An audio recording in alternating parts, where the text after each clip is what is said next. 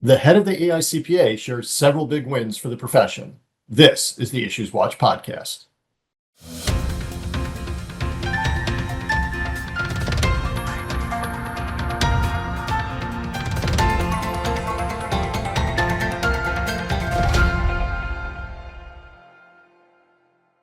Hi, I'm Don Meyer, Chief Growth Officer at the New Jersey Society of CPAs, and welcome to the IssuesWatch podcast. In January, Mark Koziel took over the reins of the American Institute of CPAs and the Association of International Certified Professional Accountants. NJCPA CEO and Executive Director A.J. Johnson recently sat down with Mark to discuss numerous issues, including efforts to attract more people into the accounting profession, the big wins Mark sees in the One Big Beautiful Bill, and more. Here's the full interview. Mark, let's start with one of the major topics being discussed around the country. I'm referring to the additional pathway for obtaining CPA licensure. Many states have already passed legislation, and others, including our state, New Jersey, are in the process of doing so. And the AICPA and NASPA recently approved model legislation for the new CPA licensure path. Can you talk about the model legislation and what that includes? Yeah, so the model language that we have inside of the Uniform Accountancy Act is the ability for states to be as consistent as we could possibly be, right? So we encourage all states to use the language as stated in the UAA. Now, there's three big pieces that have changed based on these additional changes or the additional pathway that's created. First and foremost is around the actual pathway itself.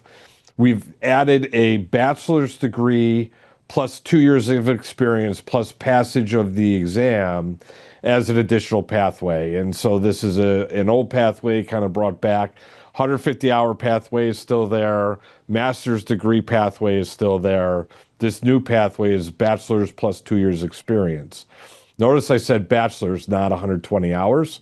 And I think that's critical to the language because not every bachelor's program is at 120 hours. And so we want to make sure that it is an undergraduate degree in accounting, bachelor's degree, plus the 2 years, plus the exam to get there. The second piece is around mobility.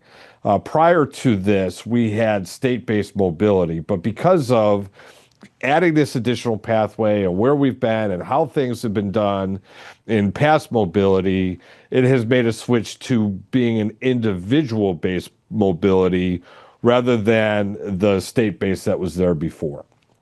And so it'll be a little more work for the firms, but in the end, it should be easier to be able to follow and determine whether or not you are in compliance state by state as we go forward. And then the final one is safe harbor language to say, okay, all CPAs who were licensed prior to December 31st, 24 qualify and will be okay as we move forward into it. Safe harbor language is important to make that mobility just a little bit easier. Great. So I would like to touch on the individual based mobility. So while there's overwhelming support for this pathway, can you clarify the language and what should our members and others be thinking about in the shorter term as legislation continues to be passed throughout the country? Yeah, I think, as the day the first state passed this new legislation, mobility was broken, right? So we are trying very quickly to keep mobility issues at a minimum. And I think that's even where that safe harbor language helps with that in the short term until we can get to a point where all states have passed the new model language. And so from that point, we continue to see this individual-based mobility is going to be a way for the individual CPA to carry their license from state to state and look for compliance within what that means. So again, it's going to be a little more work up front, but then in the end, it should be a little bit easier. And we've been working on resources ourselves. We have some resources available through AICPA, and then also NASPA has been working on resources, and they have a web page dedicated to the changes that are happening inside of these state legislation that's out there. That's great. Thank you. So we know that the additional pathway is not going to solve the CPA pipeline issue all on its own. Are there other activities or updates related to the pipeline that you'd like to share? Yeah, a few years ago, the AICPA and worked with the profession in general around the National Commission on Pipeline Initiatives. The National Pipeline Advisory Group was created, and there were a variety of recommendations that they made. And so I think it's really important, as you said, I mean, this is not a silver bullet. Just adding the bachelor's pathway is not going to solve all of our problems. When we look at starting salaries in the accounting profession are less than they are in other business-related professions that are out there. We need to be more competitive on that. We need to tell a better story. I mean, we all talk about this and what we need to do. And, so we've created some resources around that. But that story, that becomes very personal. I have my own story of becoming a CPA, why that was important. I have mentored kids of friends to also tell them what a great opportunity the CPA profession is. I still absolutely believe this is the greatest profession in the world. And we all need to live by that. We need to say it on a regular basis. We need to convince our own kids to go into accounting if we can. And we need to convince other kids, because I used to say to our partners all the time, is our firm good enough for your kid? And they'd say, well, I convinced my kid not to go into accounting. I said, well, that's a problem by itself, but I'm hiring somebody else's kid, and I want to look them in the eye and say that this is the right profession for them. That's fantastic. And we know that parents and those in the community, those in the profession, are the examples, along with other influencers working with educators. So to your point, no single bullet, magical answer, but we have to work together on the messaging. So very Absolutely. important. Yeah. That's right. So as we look at professional issues and staying current with the ever-evolving legislation and regulations, that continues to be a core challenge for the profession and CPAs. And obviously, 2025 is no different. And when you look at the One Big Beautiful Bill Act, or what we could refer to now as HR 1, I'm sure there's some things that you could break down there. So you recently issued a statement about the act and said that it includes a number of important provisions beneficial to the accounting profession, and that it's a win for millions of businesses, taxpayers, and tax practitioners across the country. Can you give a few examples, highlights of what you think are the benefits of the act and anything we need to pay attention to? Yes, and I want to get politics out of the way first. Yes, I did have a positive statement about the bill. There was going to be some bill that was going to pass in this current regime. And so for us to try and get as much as we could get for the profession became critical on that. And so in that statement, I not only said that it was a win for taxpayers in business, small business, and for our profession. And I said not every bill is perfect, and not everything in the bill we agree with. But when we look at just those things that affect the profession, it was a big day. It was a bill that was a big win for us, and it starts first and foremost with the pass-through entity tax. And for those who were following the drama in, AJ, your state and many other states were so supportive in helping us be able to effectuate change around the PTET and the removal of the deduction for personal service businesses, SSTBs. The original House bill that came out was going to penalize our profession, doctors, lawyers, dentists, any personal service business by disallowing the ability to pay the pass-through tax at the entity level, like was implemented in 2017 after the state tax limitation was even put into place. That would have been billions of dollars to the profession. And not every firm was affected by that based on, some of the state tax, you have a limitation. For those who are making less than $500,000, you can still get the $40,000 deduction. But all that aside, things like this tend to gain legs along the way. And so if they started to really go after personal service businesses at that level, there is no way we couldn't think that that was going to continue to trickle into the profession, and those limitations would have gotten smaller and smaller and smaller, and that disallowance would have been greater and affect more of our members. So we had to cut it off as quickly as we possibly could. And like I said, working with the state societies, working with the firms, working with the other professions. We had the AMA, the ADA, the ABA, all got involved based on our leadership to get them involved, to get there and really talk to their senators and make sure that that didn't end up in there.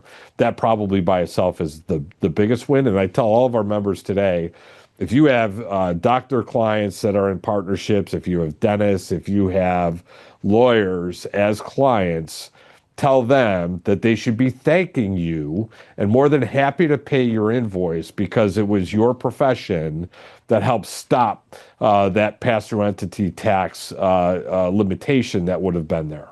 That is a big professional win, and one that we should all take credit for when we're talking to our clients that might be in a personal service pass-through entity type of situation. And then there's other pieces, the 1099K reporting, that limitation was going to go down to $600. It's still back up in the 25,000 category, which we were supportive of. There were really some big items that we had, the 100% bonus depreciation, the R&E expenditures, the Section 174, Section 163J, business interest deduction, 529 accounts, which we can get back to, the 199A QBI and an increase in that.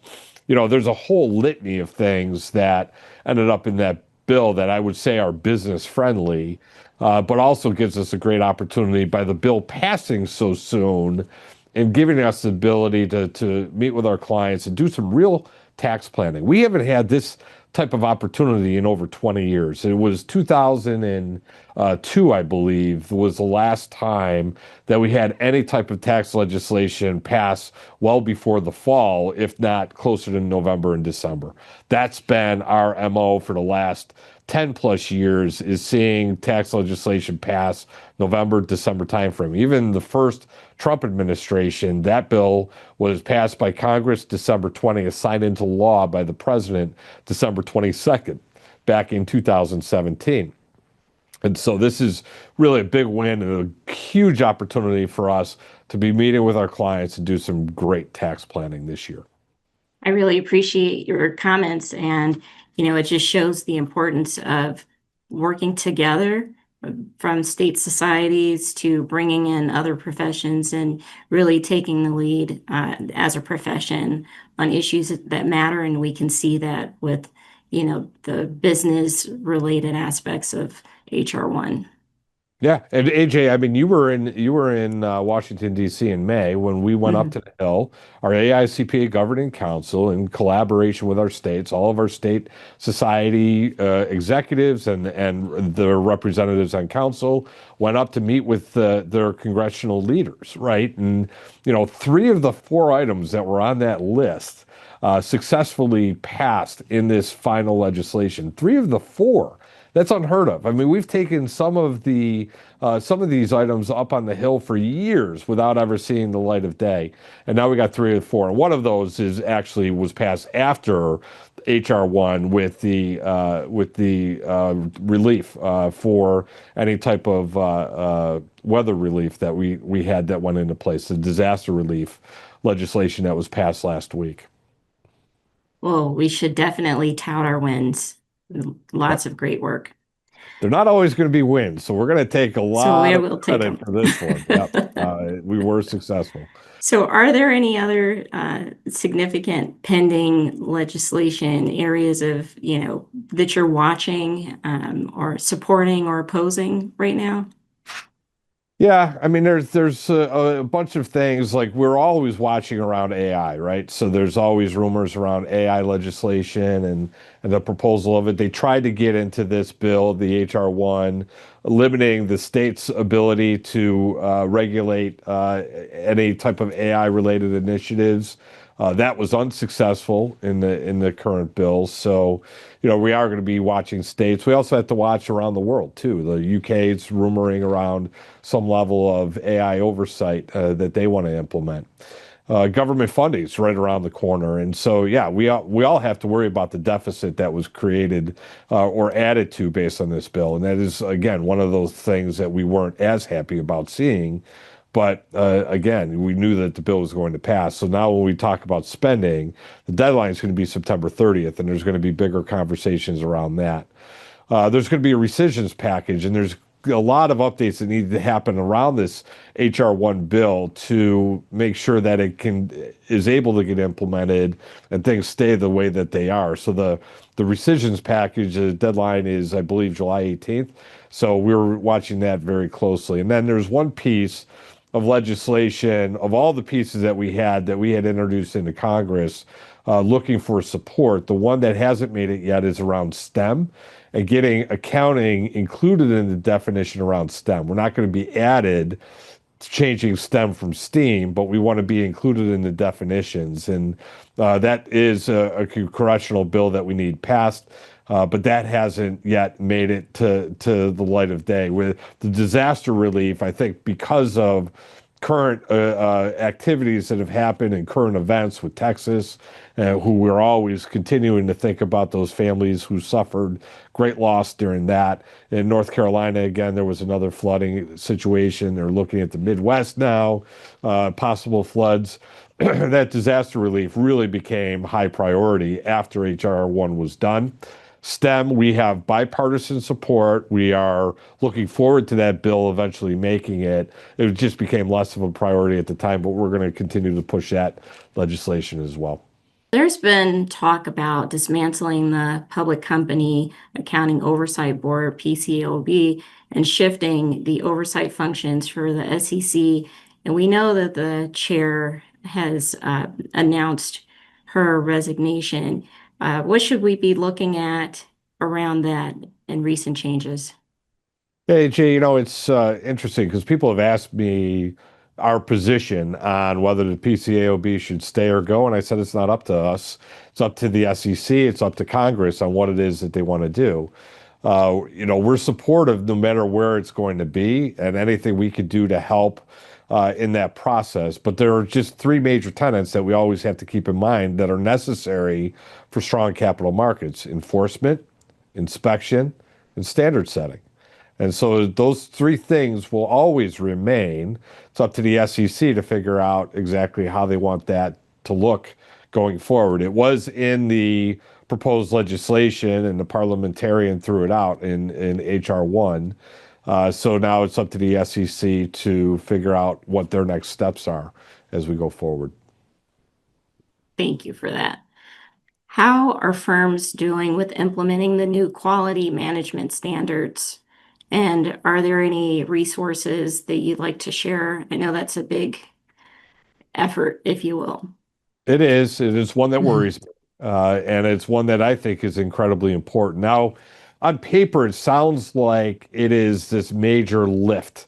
And hopefully for many firms, they already had some level of a quality management system in place before. And it should hopefully just be a matter of getting that updated based on where the new standards are out. There are tools. There are a variety of things. We've had a variety of webinars on this topic. CPA.com, our sister company around technology and does a lot of technology partnerships. They have a technology partner option for firms if they so choose to go with a dedicated technology around it. But we know of a lot of firms who are doing Excel as well. And so having Excel templates, and I believe we have some Excel support if people are looking for that with quality management. Now, the concern with that, though, is that an Excel file of your quality management system is fairly static. And one of the things that's important with the quality management standard is constantly updating against that to make sure that we are in compliance with where the QM standard is. And so there's this constant monitoring that should be taking place. And Excel would be a little more challenging to do that than to have a technology solution at your fingertips to be able to do it. What are your priorities for the coming year? And I know that conversations have been ongoing recently around RISE 2040. So can you talk about maybe that as well as anything else that you're focused on? Yeah, for me, especially as I came into this role January 1, for me, it was really about listening to our members. So we've taken that and we put that on steroids. So I started very quickly. We set up an email address, askmark@aicpa-cema.com. I received over 1,300 comments and emails that came into that. It gave me a good understanding of what our members are looking for. And in the US, it was around, don't forget about the small firm, keep the legislative support. We need legislative help on a regular basis. We want to feel a sense of community and communities as we progress forward. So that was an easy kind of quick hit for me to understand a little bit of where we needed to be strategically and how we're supporting different things. But as you mentioned, AJ, Rise 2040 is our strategic visioning project that has been around in the profession since the late 90s. And interestingly enough, from what I understand, I believe we are the only profession that has ever been through this type of visioning exercise. And then now be on the third iteration of this. The 90s was the vision project to look out 15 years. In 2011, that vision project needed to be updated. That became CPA Horizons 2025 under the leadership of our then AICPA chair and alumnus and resident of New Jersey, Paul Stalin, who was our chair at the time, that got the CPA Horizons 2025 project finalized during his term. And now here we are, 2025, and we need to look out another 15 years. And it was thanks to Paul as I came in, and he said, hey, by the way, Horizons 2025 is expiring. We need to reset this thing. And here we are now doing that with Rise 2040. The beauty of doing this now is we have this opportunity as the AICPA and CIMA joined together to look at the profession globally. We are not alone in the issues that we have or the opportunities that we have here in the US, and being able to understand the management accounting side from a global perspective and what that means becomes really important. So it is a matter of looking at the hard trends and the soft trends of the profession. Do we have those right? What are those trends going forward into 2040? And more importantly, what are we going to do about it to make sure that we have the opportunities for success? We are now into the states. Any state that wants to run a 2040 strategic exercise project can do that. We've given the states the ability, the resources to do it. We're using our Leadership Academy alumni to help facilitate those meetings, which I think is just a fantastic opportunity for us to reset this and make sure that we are set as a profession to succeed thoroughly all the way out into 2040. That's great. And New Jersey is on the list to host a future forum. So we're very excited about the strategic vision and obviously the partnership and hearing from members to support the future of the profession. That's great. So Mark, I want to thank you. This was such a great conversation. I appreciate your time. And I was personally looking forward to having some time with you today. So I appreciate all that you do and really excited about your vision, and anything that we can do to support, please let me know. Thanks, AJ. This was fun. All right. Thank you. That was a great discussion. For links to resources on many of the topics they discussed, see the show notes. Thanks for watching or listening.